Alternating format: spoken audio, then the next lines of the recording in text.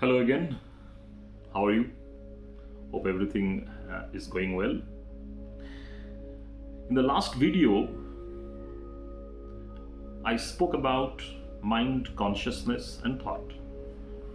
The three pillars, the fundamental pillars, which we need to understand how they work, what is their nature, how they function, to understand the game of life, the rules of the game of life. Because when you understand the rules of any game, chances are better for winning it. Now, Cindy Banks, who uncovered, who uncovered these three principles as part of his enlightenment experience in 1973. Sydney Banks describes wonderfully mind, consciousness, and thought. He says, mind we all got, the intelligence behind all things. Consciousness, we already have consciousness. It makes us aware. It makes us aware of our existence. What is left is thought. So we can say, though mind, consciousness, and thought, these three principles are all the same. Number one, we need to understand, and we should never forget this fact that mind, consciousness, and thought, they are both same. Yet, three different names have been given to indicate three different aspects of the same energy in its entirety, whom we can safely say God, or divine, or zero, or nothingness, or the great void, whatever you may like. So these three fundamental pillars are basically one, and they cannot be divided from one another. A very important point to remember. They cannot be divided from one another under no circumstance. Why? Because they're formless. How can you divide a formless thing? Even when I say a formless thing, it itself is completely paradoxical. Because a thing, by its very definition, cannot be formless.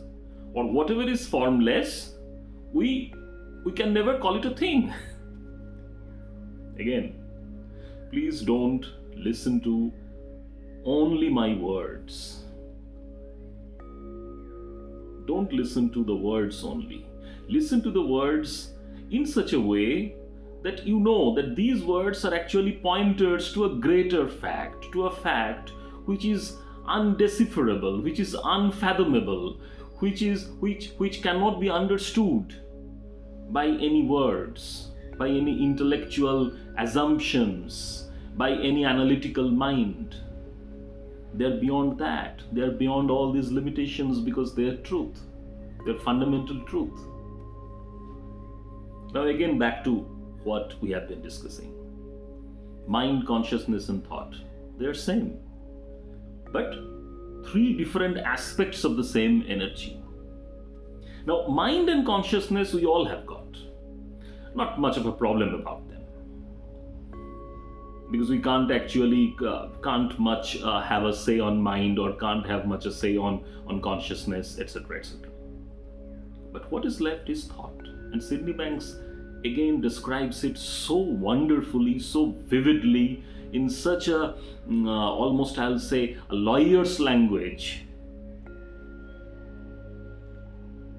which is so much precise to the point.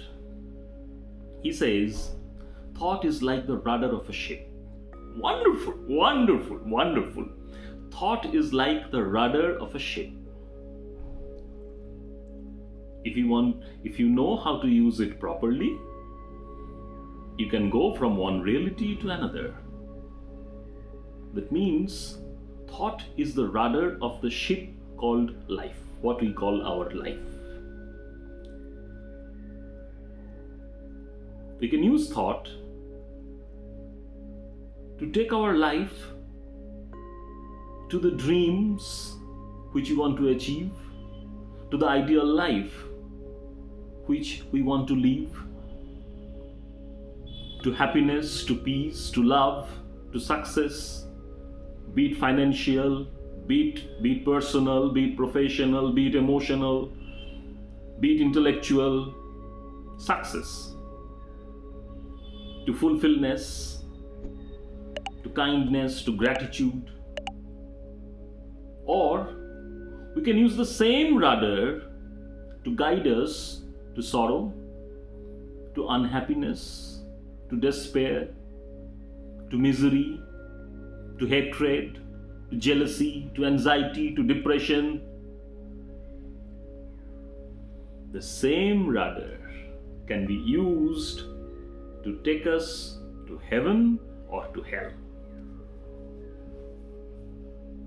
Isn't it wonderful? Isn't it wonderful? I just get goosebumps when I'm saying these things to you, because these are so much of a fact.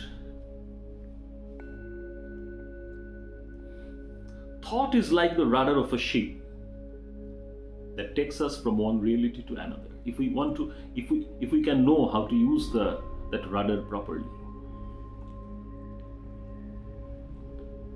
And in his book, The Missing Link, and he describes it in several other places also, Sydney Banks. He says, thought is the missing link. Thought is the missing link. Between what? Between health and disease. Between your psychological health and your psychological disease. Thought is the missing link. Thought is the missing link between spirituality and psychology. Thought is the missing link between formless and the form. It is the missing link. That's why all the spiritual traditions around the world, be it in Hawaii, be it in India, be it in China, be it in Japan, be it in Bulgaria, be it in Russia, wherever you go, such an emphasis has been given on thought.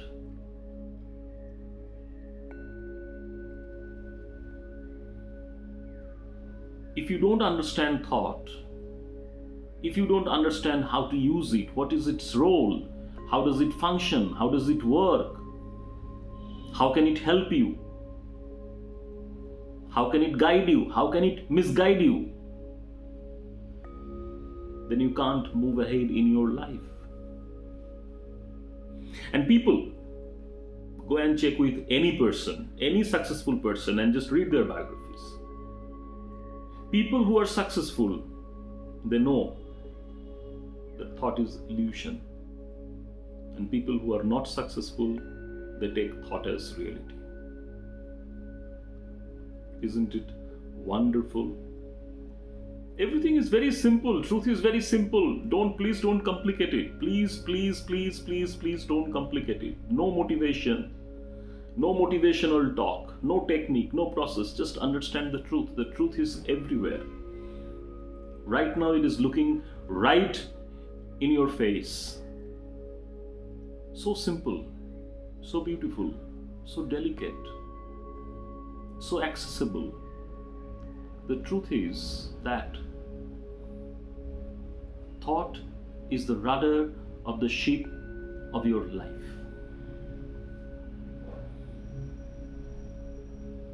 You just have to know how to use it properly. What is its nature? How does it function? What does it do?